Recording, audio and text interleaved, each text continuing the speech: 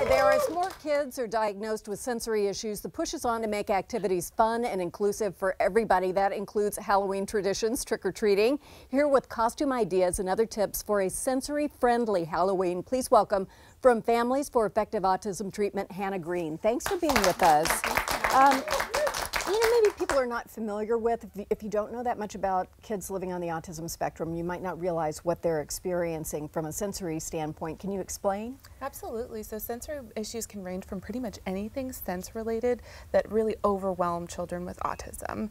And it's just a really frustrating, painful experience for these kids. Right. And it can cause them to shut down, it can cause them to act up behaviorally, a whole range of things. And yeah, there's... So then kids are trying to be outfitted for Halloween, and the costumes are always, you know, sticky and scratchy and have tags and things that are annoying, you know, under the best of circumstances. But if a child is sensitive to this, then you really have to make a plan. So what are some of the alternatives that you recommend? Absolutely. So if you're going to go with store-bought with something like this, I would like to wear that. You can go right ahead. That looks very comfortable. So you need to be mindful. You can touch that.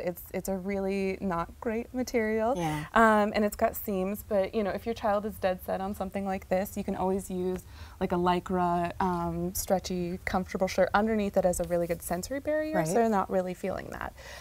The other option is to go with something kind of like this, something a little bit more kid-friendly. You would remove the tags, and this is something if the kid gets sick of it, they can just pull it off easily. Right. Oh, that's a good point. On. Yeah. They can still trick or treat, but they can take it off if they want to. Absolutely. And so you also recommend maybe starting with their own clothes that they are comfortable with and building a costume around that. Yeah, starting with a known. And you know, if this is too much for a kid, you can always just go with their regular clothes and accessorize, like go with a hat, or you know, some kids that's too much and they just go with a wand or something really basic. Just I hadn't even thought about that. Just carry your lightsaber or your Harry Potter wand and there you go.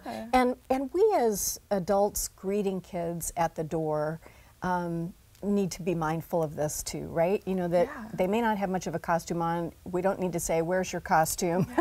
No judgment needed. Give them the butterfingers and let it go. Absolutely. You know, it's really about adjusting your expectations because, you know, kids, they might not even know the whole routine about trick-or-treating. You know, that's something as parents that you can really do is you can practice with them. Go through and, you know, find a friend, knock on their door, practice going through that because, you know, some kids with autism, they take things so literally, they think maybe, okay, I'm knocking on this door, I'm going to go inside. And, you know, that's, you know, you're shaking things up. And it's good to practice. And just really good for all of us to be aware. So you do that with parents at your organization, right? Kids get to practice about what this is like because there are spooky sounds and weird things that we use for decorations, and so that can be frightening to kids, but if they get a chance to acclimatize, then they can more successfully enjoy this. At FEET, in our offices, we have a therapy clinic for kids, and we have kids going around, and one of their goals is learning how to trick-or-treat. So they're knocking on our doors or getting them candy. You know, the more comfortable they are with the routine, the more they're going to be able to cope with unexpected things that pop up. And another thing that parents can do is they can take them around their neighborhoods at night, so it's a known area. Oh, that's a good idea. So to pre-plan your route, practice it, do that kind of thing. Also giving kids a social story. So, you know, basically pictures, and this is what we're going to do, and if you need to go home, this is how we advocate to say, I'm done, we need to leave. And also giving them a visual map, so they're more engaged with what they're doing. So kids with this sort of autism that you're talking about who are overwhelmed by things, some sort of making the plan really, really clear to them is helpful, correct? Absolutely. And in terms of, you don't know who's coming to your door, it's not always neighborhood kids, it's other kids, you don't know them, you don't know what challenges they're facing. Are there any things that you would recommend we be aware of as children come? You know, just being really understanding, no judgments, you know, and if you see a kid that maybe is staying back because they don't want to be in the bustle of all the kids, you know, making sure they feel included. Maybe if this child is nonverbal, you know, just doing your best to understand, take cues from their parents, and really just, you know, go the extra mile to make this child feel included because it's Halloween. The nonverbal thing is important because we all want the kids to say trick or treat, right? But maybe they don't, and we don't need to push it. No, absolutely not.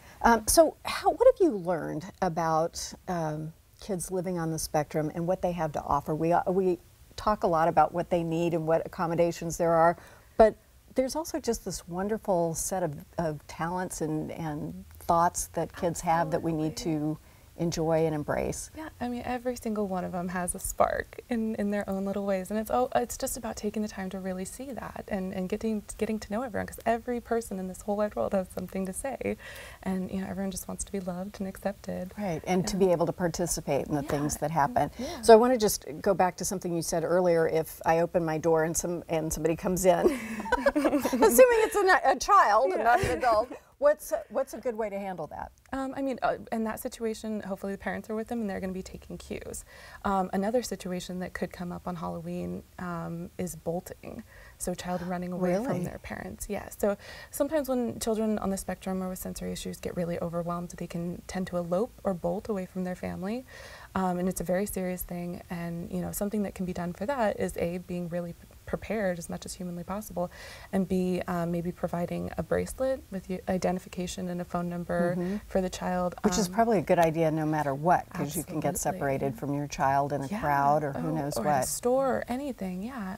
The other thing is personal GPS systems are really common for kids with autism to have. Interesting. Yeah. That is very interesting. Thank you so much for kind of raising our course. consciousness about this. We appreciate it. Still ahead, you definitely do not have to suffer through another winter with windows that let in the cold. We're going to keep you cozy and tell you how to go about it when we come back.